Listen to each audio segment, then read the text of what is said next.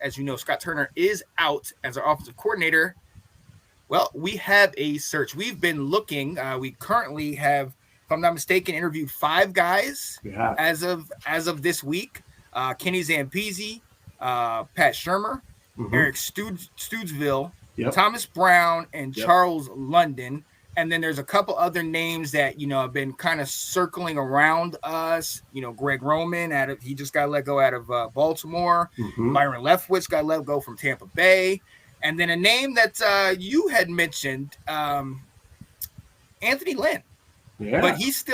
But they're still going right now, right? Right. So you're just starting to see the dominoes fall. The Panthers just hired Frank Reich. Yeah. The Broncos appear to be on the verge of hiring D'Amico Ryans. And so you're going to start seeing some of these jobs start getting filled now that when the coach comes in place, kind of, what happens. Plus, the other thing, Anthony Lynn works for the 49ers right now. The NFL rules has it where if your team is in the playoffs, you can't be interviewing while they have a game. So, as soon as the playoffs started, you had a couple interviews. The Eagles coaches all did interviews, both the offensive coordinator and defensive coordinator, because they had a bye week that week. So they were free. But, anyone else, Dan Quinn had to wait. Everybody else had to wait. So I think after this weekend's conference championship games, we'd asked for permission to interview Anthony Lynn. He would have the ability. D'Amico Ryans can then go interview for a second, with the Broncos, kind of make it official. Who knows what else, some of these other coaches now will be free to do some interviewing. So you're going to see a few more, but also it's allowed, there's been kind of this stall on just any hirings happening. And so we've been able to take our time with this. Some of the stall is by our own, choices. Like you mentioned, we don't have an owner. We may have an ownership sale. And some of these guys are willing to talk, but they also may be pulling themselves out, like a Frank Reich said thanks, but no thanks. Darrell Bevel said thanks, but no thanks. Because if we get a new owner, who knows if Ron Rivera is going to be around much beyond next year. And do one of these guys want to leave where they're currently out to be an offensive coordinator for a year and then potentially be out of a job? Or is that going to be their chance to put a mark, show what they could do, and then maybe they become a head coach with us or somewhere else, or just kind of show it. So it's kind of been a little bit of a stall so far. Now, this week we had the unprovens were interviewed. So last week we had Pat Shumur. He's been offense coordinator before. Ken Zampini's been with us. We know who he is. Charles London has never been offense coordinator before. He's with the Falcons.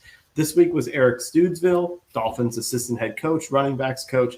Thomas Brown, the Rams assistant head coach, running backs coach.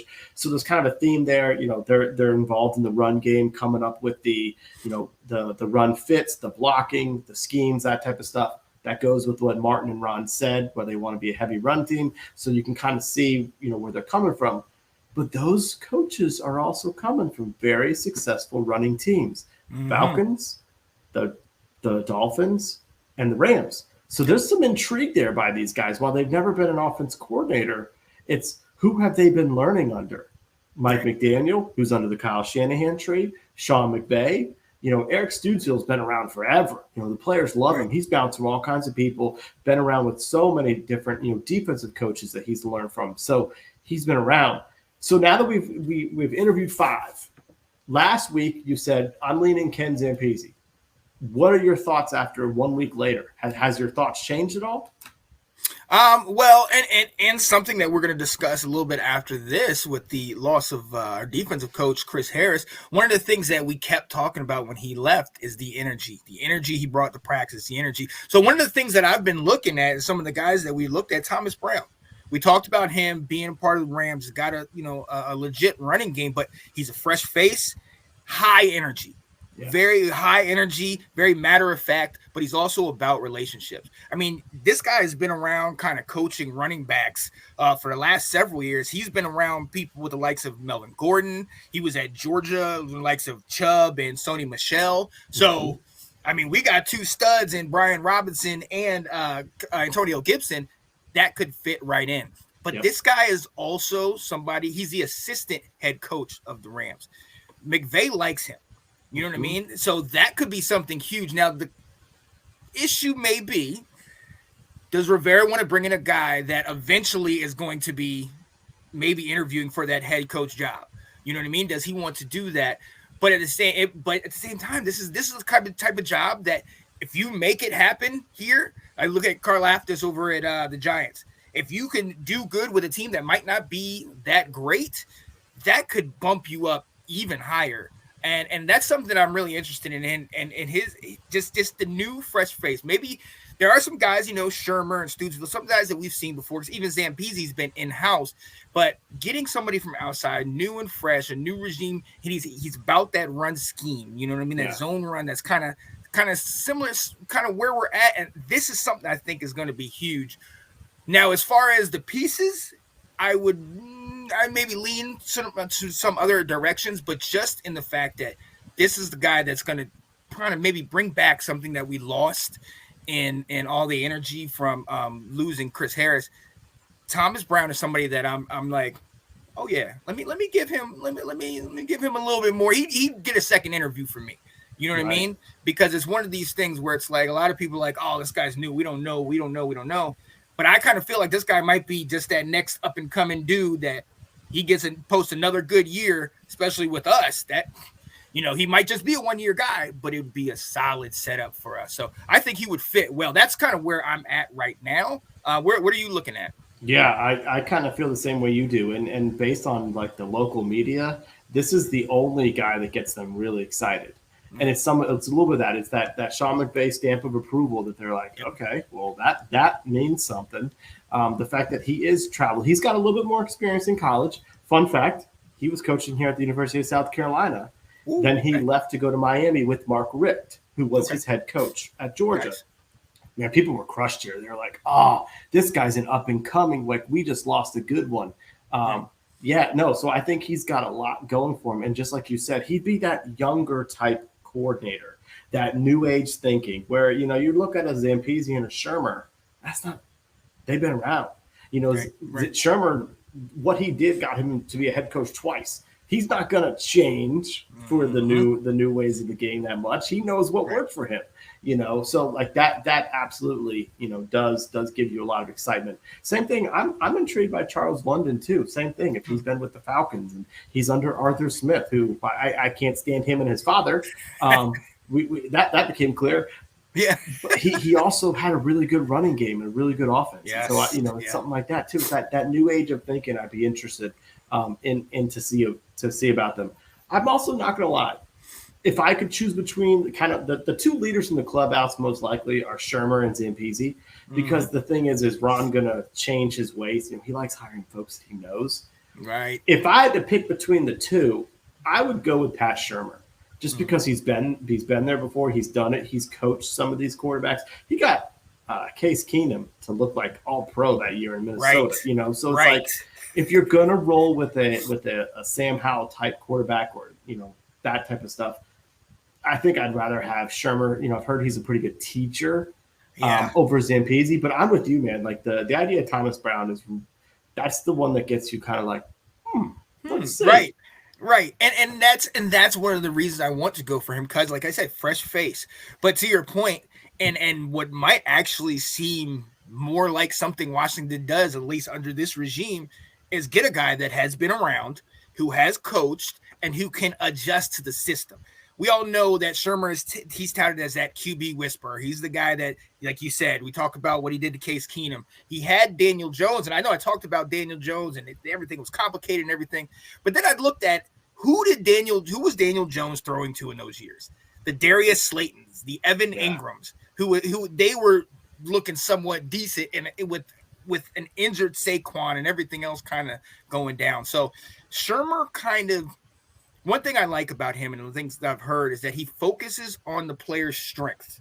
You know what I mean? He focuses on the player's strengths, and he kind of meshes his play. So one thing he'll set up, do a play here, like, well, he'll hit Terry on maybe a slant or something, and then he's building up for that latter part of the game where then Jahan runs a wheel route, and then you pump the slant and you go for the deep. So the plays are starting to mesh, and I don't think it would be as far from what we're doing. Like you said, he knows what works, but he also knows how to fit it kind of with the personnel that we have. So that might be, if things stay as they are with Rivera, Del Rio, though, all these older coaches, that might be the best play, because it's another experienced coach, another one that's kind of moving in here. They can work with the younger quarterbacks. He, kind of meshes with our system.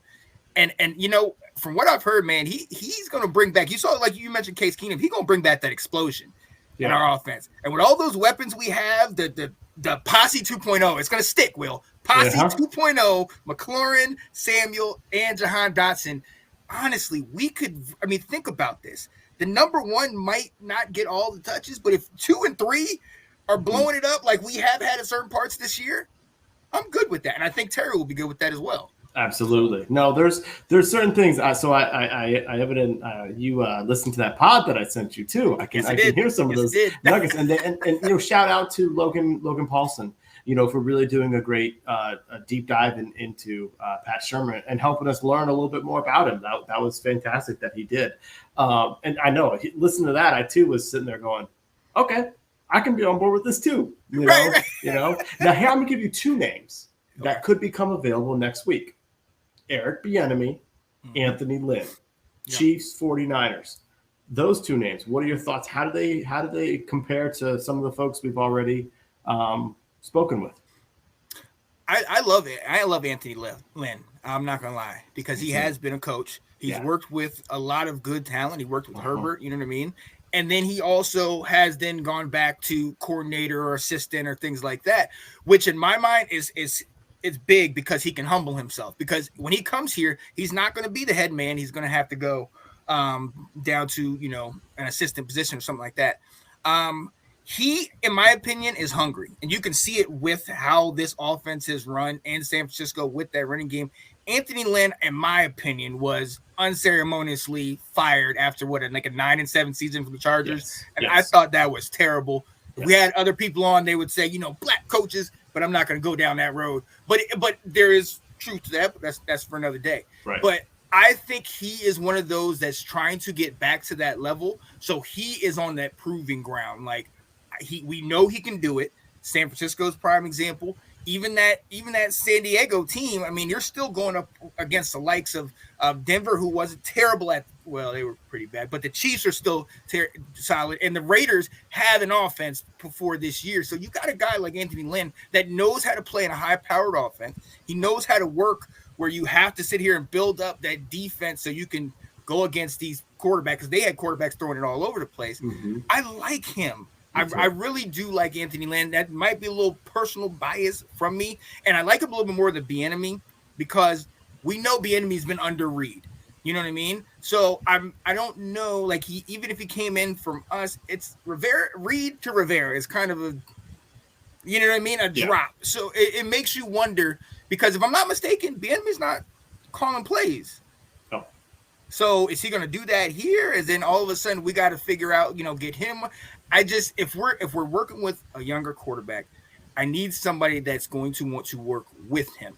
You know what I mean? Because the way it looks right now, it's either going to be Heineke, it's either going to be Sam Howell, or it's going to be a rookie.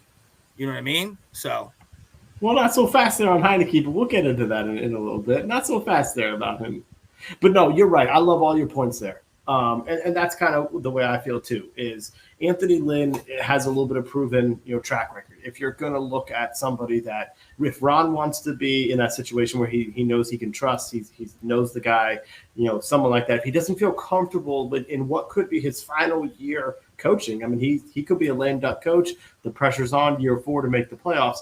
He may be too concerned about bringing in a Charles London and Thomas Brown and Eric Studesville, someone who's calling plays for the first time. He actually could be, too leery of bringing in Eric Bieniemy for the same reason. I think everyone kind of, for lack of a better term, shits all over Eric Bieniemy because he doesn't call plays in Kansas City. He's no different than, London and Thomas Brown. They're not calling plays either, so he's kind of on par with them. My thing with Eric Bieniemy is I don't trust anything. I don't trust any of Andy Reid's sloppies anymore. He's burned us too many times. So I don't want that. Whereas like Anthony Lynn, like you said, has some experience and he proved himself, and that made him a head coach in San Diego. And he did get canned when he should not. That was unfair to him, on that. Yeah. So I'm with you there. I will say this. I don't know, depending on even the owner's situation, because we don't know. This hire is going to happen before the owner's situation plays out. I don't know if Kyle Shanahan's going to tell him to take that job. He might be like, until Snyder's gone, you do not go there. So, I was there. Exactly. He's like, do not put your reputation on this guy. So that, I think in that matter, it's not a done deal. We've asked for permission to interview him, but it hasn't been granted yet, I don't believe. So we'll find out, maybe tomorrow or at the end of after Sunday, if he's interested in talking to us. Oh yeah, absolutely. So let's quickly break this down on some things. I wrote a couple points down of things that I think we need in an OC. Okay. One of those things is the OC. One of the problems we had with Scott Turner is we felt like he did not spotlight our stars. Terry McLaurin, there was many times when Terry McLaurin didn't get a look into the second quarter, and you're sitting here, frustrated out of your mind. We need to have somebody that's going to spotlight our stars. It means if you got to give 20 or 30 carries to Robinson, if you got to give 7-8 targets to McLaurin, do that. We need to get these guys involved. I mean, they're our daggone stars for a reason. You know what I mean? Number 2 was alignment. A lot of that has to do with roster construction, so we're going to talk about that in a little bit. But at the same time, it's making sure that you and the head coach are on the same page. The wide receivers, running backs, quarterback, line, and all of them are on the same page. So there isn't as much confusion. I felt like at times there were some unnecessary timeouts called throughout the season. A lot of that maybe was because of Carson Wentz, but where we would just look like what, like this is the product you put on the field, like that Lions game in the first half. It's like, are y'all serious? Like these guys are laughing at us right now. Like, you know what I mean? So we need to have the perfect line, and then we need to have consistency. I hate to go back into it, but there's so many daggone times where you're like Scott Turner, like, oh my God, great play call. Okay, great. And then you go into this rinky dink, bubble screen or 5 wide receiver or, what I'm saying? And it's just like, it needs to be consistent and has to be consistent. And we have to fortify our identity. If they say we're running team, that's fine, but let's still. One of the things about that 92 team, we ran the ball. Ricky Irvins, Gerald Rigg, Ernest Beiners. But what do people remember us for? Being the best deep ball quarterback of that year, and having, I don't want to misquote, say 40, but I think we had around 40 deep ball plays that we connected on that season, which was the most in the league in that year. That's what we need, that consistency to bring back that explosion. So those are just some of the things I wrote down that I think we need, as in looking at a guy. Do you want to add anything? Where do you feel about those? Yeah, no, and I just want to add on to like the cohesion part that you mentioned. Making sure that if we have knowing what personnel we have and put them in a place to be successful. I love the thing about featuring some of your star players a little bit more. My next one's going to be something that is quarterback friendly. Yeah. Because if we're going to be playing, there's a chance that we're going to be playing Sam Howell for 17 games or a significant amount, we're giving him a chance to win the job.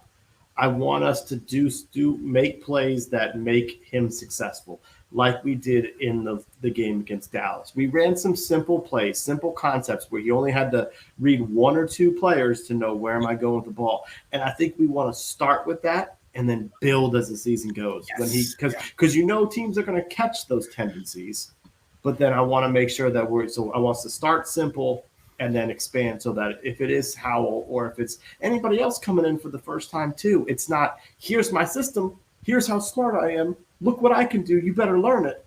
I want it to be, let's build this together and both be successful.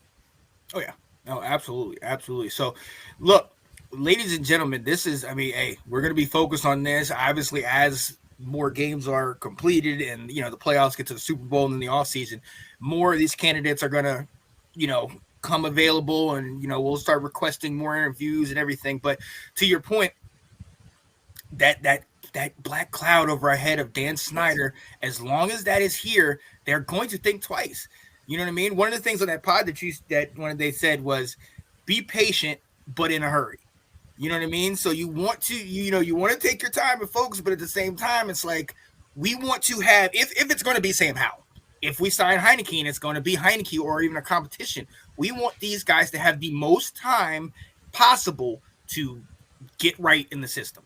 Whoever's coming in here, whoever's doing, we need them to have the most time possible to get in the groove, so that we're not having these talks. I went back and looked at some of the talks we had in August and in July about Carson's looking a little funny. Right. He's struggling. And then obviously it came to fruition as soon as the season started. So, yeah, we got to move. But